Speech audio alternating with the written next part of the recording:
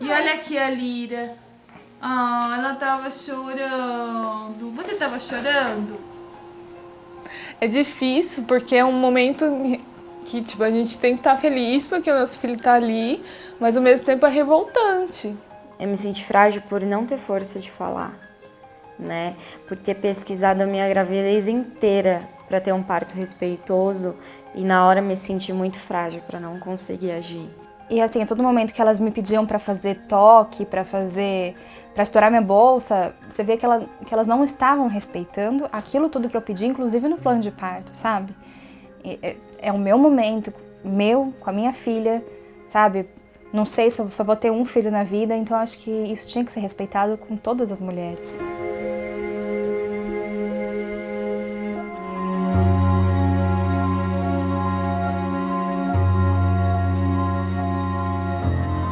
Conceituaria a violência como uma subtração, né? Subtração de liberdade, alguma situação de privação que uma pessoa, né, a que uma pessoa é submetida.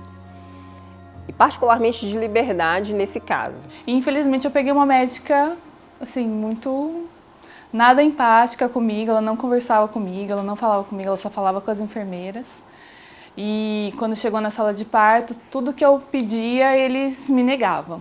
Então, me colocavam medo, então eu não queria deitar na maca, eles me fizeram deitar, porque era a única maneira que eles podiam me examinar.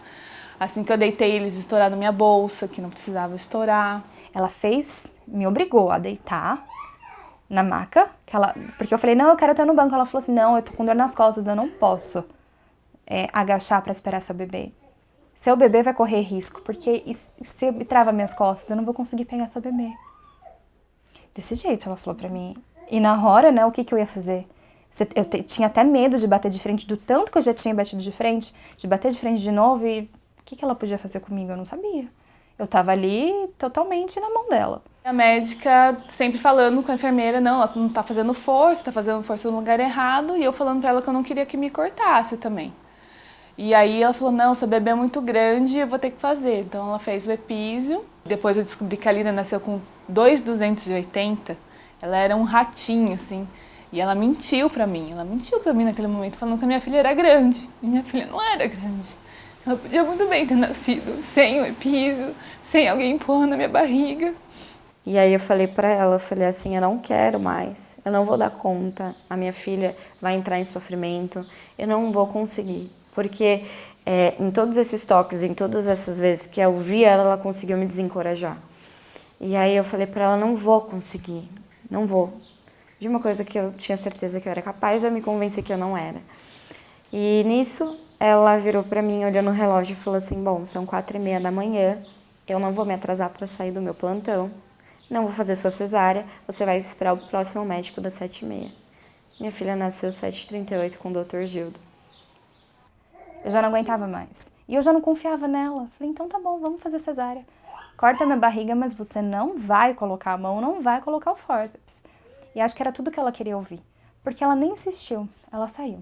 As indicações de cesariana que a gente mais tem são, bom, por exemplo, se a pessoa tem a que a gente chama de placenta prévia, que é a placenta que fica abaixo da cabeça do neném, né, quando o neném está de cabeça para baixo, cefálico, ela fica entre a cabeça do neném e o colo uterino. Isso daí é indicação de cesárea em qualquer lugar do mundo, porque você não tem como dilatar o colo, a placenta está lá e a cabeça não vai conseguir passar, a longitudinal vai começar a sangrar, então isso é uma indicação formal de cesariana.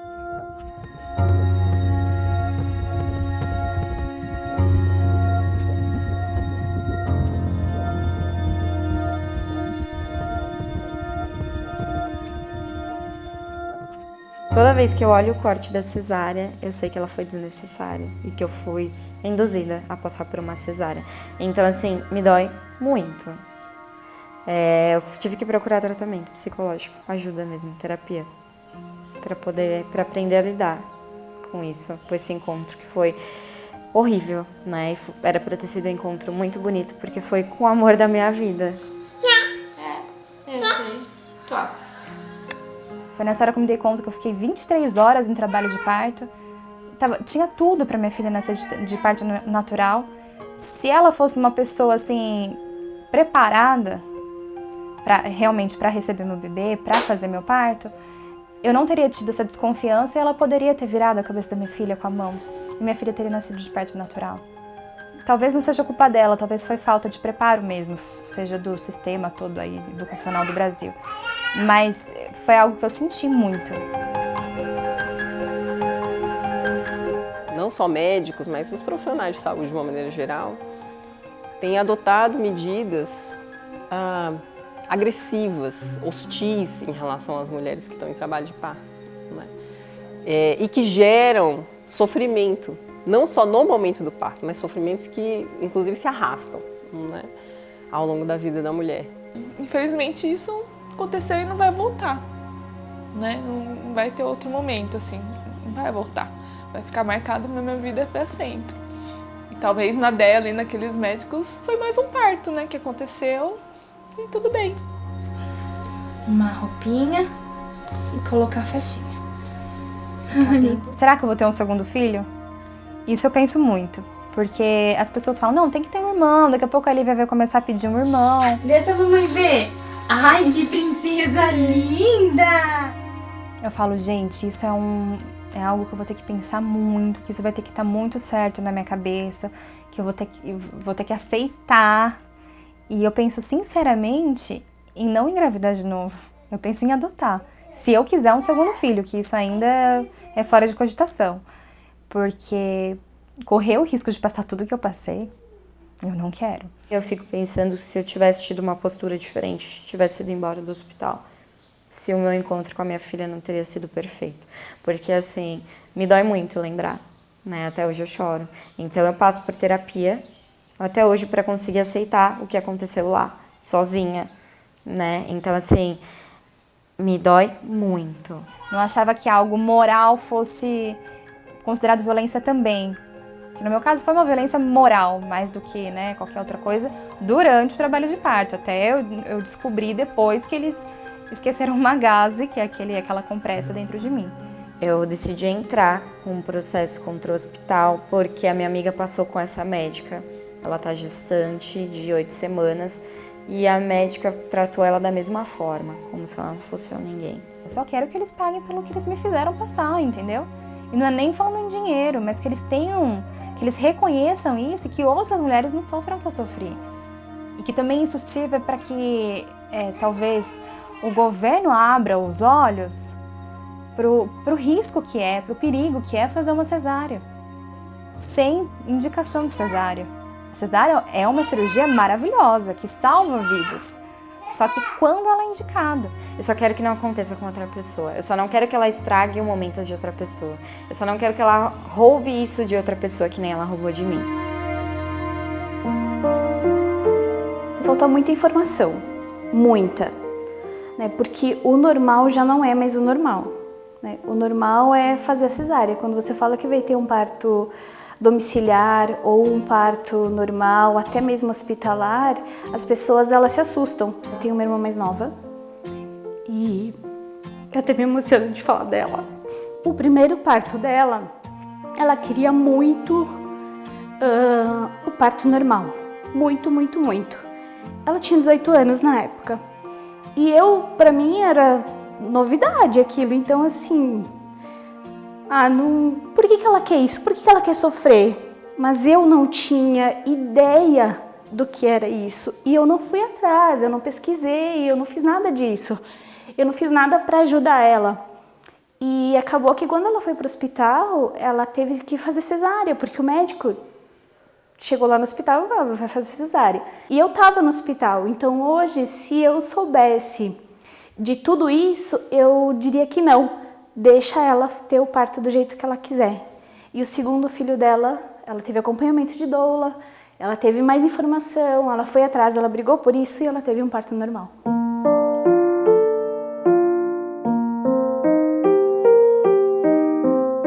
A gente sempre fala que o trabalho de parto ele tem todas as fases. Se ele está ocorrendo como ele deveria, a gente não tem que ficar interferindo nele, porque a gente geraria o que a gente chama de iatrogenia, que é você pegar uma coisa que está caminhando bem e atrapalhar. Mas às vezes acontece o contrário. Esse trabalho de parto ele está um trabalho de parto distóxico, ele não acontece como ele deveria acontecer. Ele está mais lento, ele está o útero contrai e ela não tem resposta, aí nisso a gente tem que controlar e consertar, voltar para o trabalho de parto normal. Existem muitas formas de manter a mulher num centro maior durante o parto, que ela consiga se centrar e controlar o que ela está vivendo, para que ela possa ter uma experiência de parto positiva. O objetivo maior é a mulher, que ela tenha uma experiência de parto positiva e que o neném nasça bem, né? Através dessa experiência da minha gravidez, eu pude sentir na pele o que é, né, o que são as práticas humanizadas na gravidez, mas também no parto. E aí, nossa, aí é que ficou mais evidente mesmo, considerando essa memória que eu tenho de formação, né, o quanto tem necessidade da gente revisar e adotar novas condutas, né, isso falando da medicina, né. É natural da mulher, as mulheres sabem gestar, parir e os bebês sabem nascer, sabe? E que você tem que estar ali numa postura para garantir a segurança dessas duas pessoas, da família, e garantir um ambiente tranquilo, né? O parto humanizado é basicamente assim, você levar em consideração o desejo da mulher, assim. Então você vai individualizando tudo que você vai fazer com a mulher, respeitando o direito dela à informação. Então a gente sempre conversa e fala, olha, eu acho que agora talvez seja interessante fazer isso, ou vamos fazer aquilo, explica, encarando a pessoa como um indivíduo mesmo, mais ou menos como você gostaria de ser tratado se você estivesse naquela situação. As mulheres também se reconhecerem nesse cenário, verem que elas têm voz e que elas não precisam passar por aquilo, né? Porque muitas vezes é muito naturalizado, então parece que o parto é aquilo, sabe? Você vai no hospital e ali eles vão fazer vários procedimentos com você, que muitas vezes não são nem informados, nem risco, nem benefício, nem decididos junto com a mulher, né? São práticas e são condutas que são convenientes e confortáveis para a equipe de saúde, nem vou dizer só dos médicos, para todo mundo, na verdade, e muito pouco é levado em consideração sobre o conforto da mulher que está parindo. A formação dos profissionais, ela não pode estar pautada em procedimento. Você não pode assim, eu me formei, eu já sei fazer tal coisa. Não, você tem que estar pautada no cuidado, assim, como eu vou garantir um cuidado de segurança para essa mulher, um cuidado respeitoso, um cuidado digno, sabe? Tem uma necessidade de revisão de práticas na obstetrícia, tanto para profissionais médicos quanto enfermeiros. Eu vou citar esses dois porque são os dois núcleos profissionais que estão mais diretamente relacionados a pré-natal, parto e ao puerpério também.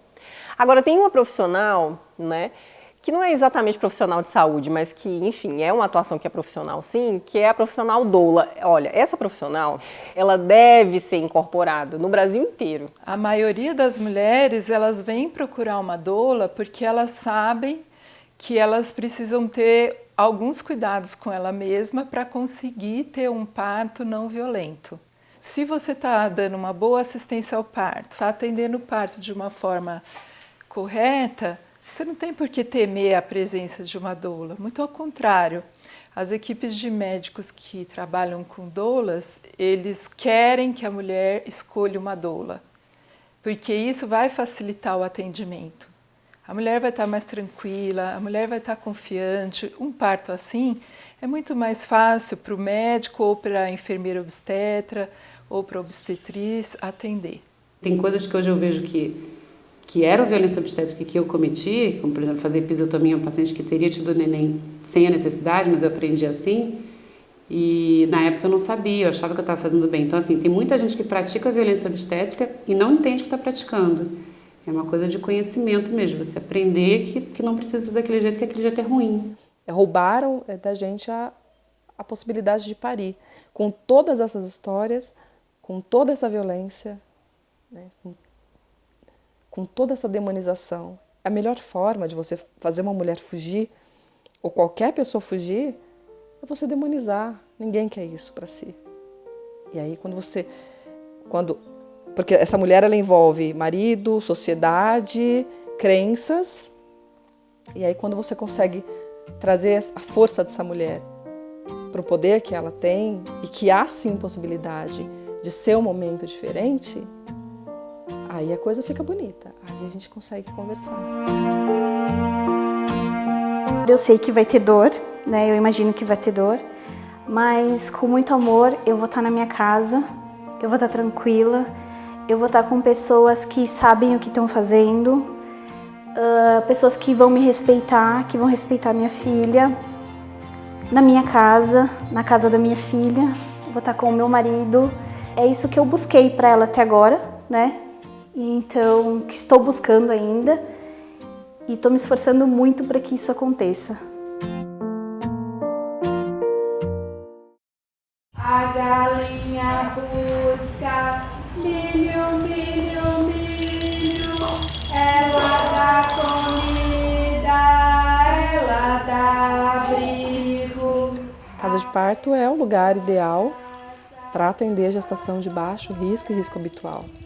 É esse o lugar, né? Quando o parto foi para o hospital e ele foi medicalizado, ele foi hospitalizado, ele trouxe a mulher para o papel de doente, né? E tirou a fisiologia do parto completamente. E a casa de parto ela traz isso. O hospital, ele é o lugar, ele é uma opção de parir, claro, sempre vai ser. Mas nós gostaríamos muito que fosse um ambiente necessário. E a casa de parto como retaguarda, o hospital como retaguarda da casa de parto. Em São Paulo existe uma experiência muito boa da casa de parto de Sapopemba e uma experiência de uma casa de parto de uma comunidade que dá muito valor para a saúde das pessoas, para a forma como as pessoas levam a vida. E essa casa de parto se iniciou com, vamos dizer assim, financiamento estrangeiro. E é por isso que deu certo, por isso e por muita garra das pessoas que trabalharam lá. Dormem os pintinhos até no outro dia. Depois do parto do meu primeiro filho, eu procurei um lugar para me parir que fosse respeitada, né? E aí eu fui e conheci a Casa Ângela. O principal motivo é a fuga, né, da violência obstétrica, assim, de perceber que a realidade nos hospitais é bem diferente daqui, em que as intervenções são feitas de uma forma inadequada muitas vezes, né? Então o uso de ocitocina é muito grande nos hospitais para acelerar o parto, a episiotomia, que é o corte na vagina, que a gente tem evidência científica dizendo que não precisa ser feito, mas ele, né, continua sendo feito infelizmente. E a maioria delas vem com o desejo de poder confiar num lugar, num profissional, né, que vai de fato intervir o menos possível, só quando necessário, e dialogando todo o tempo. Eu acho importante as mulheres terem esse acesso, né, acesso ao conhecimento, acesso aos direitos que elas têm, né, de ter um atendimento digno, de que alguém realmente vai de fato acompanhar o bebê, que vai ter esse olhar humanizado. Então acho que informar mesmo essas mulheres de que elas têm esse direito de ter um atendimento digno e oferecer espaços, né? Então acho que a Casa Ângela é um modelo que pode ser muitas pessoas conhecerem a casa e conseguir desenvolver esse trabalho em outro lugar. Eu acho que esse é o nosso foco. A Casa Ângela faz parte de um projeto maior, né, da Associação Comunitária Monte Azul, que já tem um trabalho há longo tempo aqui nesse bairro da região sul de São Paulo. São vários núcleos, né, de projetos voltados à comunidade. Em especial, a Casa Ângela surgiu a partir de uma pessoa muito importante dentro da Monte Azul, que foi a Angela Gerck, né, uma parteira alemã, que começou a trabalhar aqui na comunidade, atender mulheres, e ela tinha esse sonho de uma casa de parto, né, para atender as mulheres do sul da comunidade. Na primeira consulta eu fiquei 2h30 na sala da consulta, as parteiras tiraram todas as dúvidas que eu tinha no mundo, então assim, maravilhoso, é um pré-natal como se eu tivesse pagado milhões de reais para ter um atendimento maravilhoso como esse, né? Consulta aqui no posto de saúde dura 15 minutos, aqui dura 2h30. Todo e qualquer procedimento que vá acontecer, ele vai ser discutido antes com as mulheres durante a preparação para o parto, né, nos grupos que a gente faz, né, de acompanhamento do pré-natal. Então, o direito à escolha informada aqui, nesse modelo, a mulher pode exercer. A gente compartilha muito o que está acontecendo naquela semana, naquele mês, naquela idade gestacional. Uma compartilha o que está sentindo com a outra e tudo é esclarecido aqui. Então o grupo, acho que ele também é um pouquinho que a gente precisa ter para a gente chegar até o finalmente, né? Aqui na Casa Ângela eu trabalho orientando os pais depois do nascimento dos bebês. Então eu faço a orientação pedagógica com os pais juntamente com os bebês. A ideia é que exista mesmo um grupo onde elas possam trocar, não só aqui na Casa Ângela, mas fora da Casa Ângela. Então aqui elas têm essa segurança de que elas vão poder escolher e elas vão poder confiar nesse profissional que vai fazer com que ela tenha suporte, né, físico e emocional para poder parir da maneira como ela quer, né, com segurança.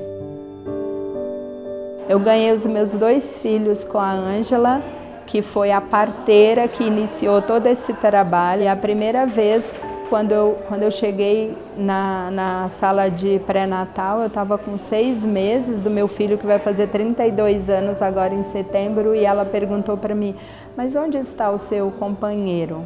E aí eu perguntei para ela, falei, nossa, você pode trazer o companheiro junto na consulta? Ela falou, claro que pode, só que eu já estava fazendo acompanhamento numa UBS e ninguém nunca tinha me perguntado do meu companheiro. Ninguém nunca tinha falado para mim que eu poderia levá-lo junto numa consulta. E foi assim, fez toda a diferença, que o parto era nosso, de nós 3, meu, dele e do meu filho, não era da Ângela, entendeu? Então fez muita diferença.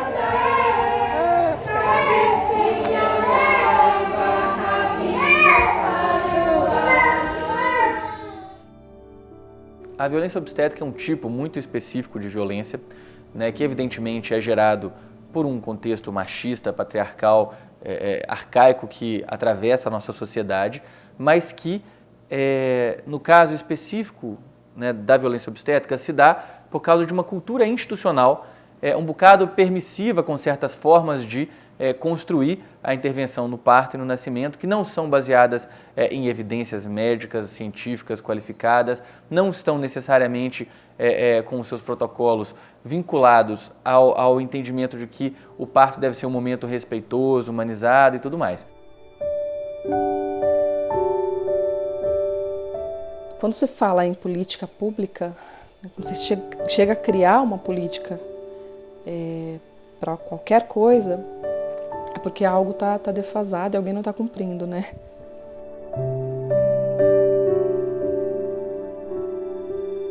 O enfrentamento da violência obstétrica, ele precisa necessariamente de uma frente de múltiplas entradas para o seu enfrentamento. As políticas públicas, elas entram como um agente de formação, um agente que educa, que trabalha para a mudança da cultura das instituições através da oferta de novos paradigmas, de novas perspectivas. A gente pode chamar de política pública nesse contexto de violência obstétrica, por exemplo, as medidas que o Estado pode tomar exigindo determinadas posturas, por exemplo, dos hospitais.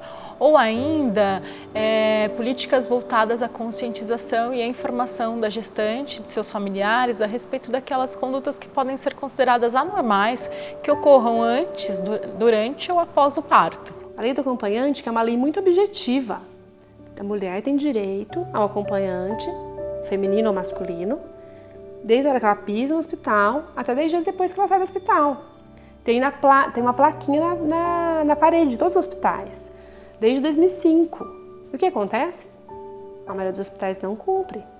O poder público entra na medida em que ele pode ser o agente, por exemplo, de garantia do cumprimento de legislação quando a legislação determina que certas práticas precisam ser cumpridas e que o seu não descumprimento vai implicar em sanções para a parte infratora. Tem uma longa história aí que conta como que a cena do parto foi subtraída das mulheres de uma maneira geral, não só individualmente, e foi sendo transferida para a medicina, né? Como a medicina, nesse sentido, se legitimou como uma instituição com liberdade para intervir. Agora, o que acontece é que, no nosso contexto, essa legitimidade acabou trazendo uma realidade que é a de abuso mesmo, né? Dessa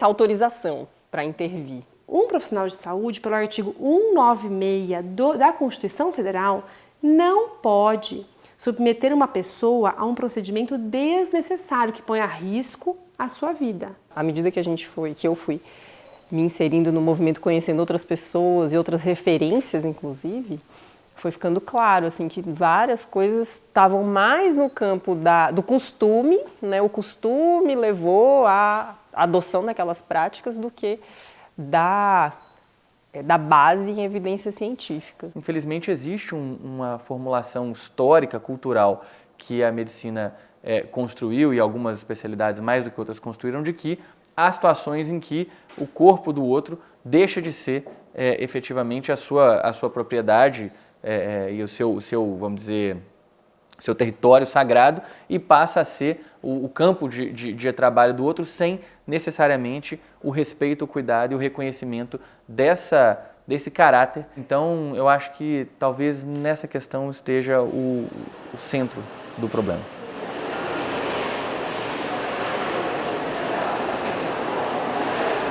A lei da doula é uma coisa que os hospitais precisam se organizar. E eles estão resistindo a isso há muito tempo. Tem as forças contrárias a que a mulher seja acompanhada por uma doula, né?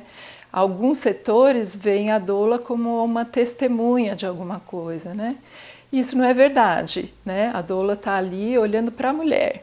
Quando fui procurado por várias mulheres com esse intuito do estabelecimento do projeto de lei das doulas, a primeira questão que a gente achou que era pertinente era concretamente enfrentar isso junto das instituições, das maternidades. Então, por exemplo, aqui em Campinas, a gente tem já há muito tempo a lei das doulas na Câmara dos Vereadores, tramitando, e existe um engavetamento da lei. Eu acredito que as doulas podem evitar que aconteçam violências com outras mulheres. Sim, nós somos ferramentas muito fortes, no sentido de que a gente leva informação para aquela mulher. A doula ela não é o profissional que vai intervir na conduta do médico. Para a gente mudar esse cenário de violência, a gente precisa muito mais do que a conscientização em si. A gente precisa de iniciativas. Participar de fóruns de humanização pelo parto e nascimento, você vai lá e eles fazem um trabalho muito legal quando passa o tema. Gente, o trabalho que eles fazem é fantástico. As mulheres que vivenciaram algum tipo de violência, elas precisam de alguma forma compartilhar, porque o cenário da violência, não só obstétrica, mas de violência sexual, violência de todo tipo de violência, é algo que a pessoa vivencia e ela oculta, ela abafa, ela guarda aquilo só para ela. E as coisas elas só se transformam, elas só mudam a partir do momento em que a gente sabe que as coisas acontecem. Já existe um desenho, um arcabouço de modelo de política pública que a gente deseja e gostaria mesmo de ver implementado. Só isso já significa que o movimento não precisa refazer todo o itinerário, né, de constituição das suas lutas, de compreensão da sua relação com o poder público, né, para poder reivindicar avanços.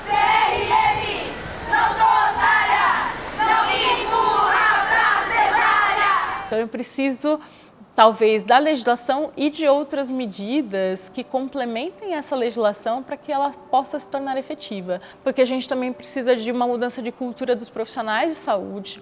A gente precisa também trabalhar uma humanização na formação desses profissionais. Então tudo isso, né, veja, não é uma única medida, mas é um conjunto de medidas que devem ser tomadas para garantir a efetividade de uma possível legislação ou das legislações já vigentes. As gestantes em si, quando elas têm consciência, elas abraçam a causa e elas vão e lutam e conversam e propagam a informação. Mas as mães que vivenciaram essas questões, elas passam por um processo de transformação muito mais intenso.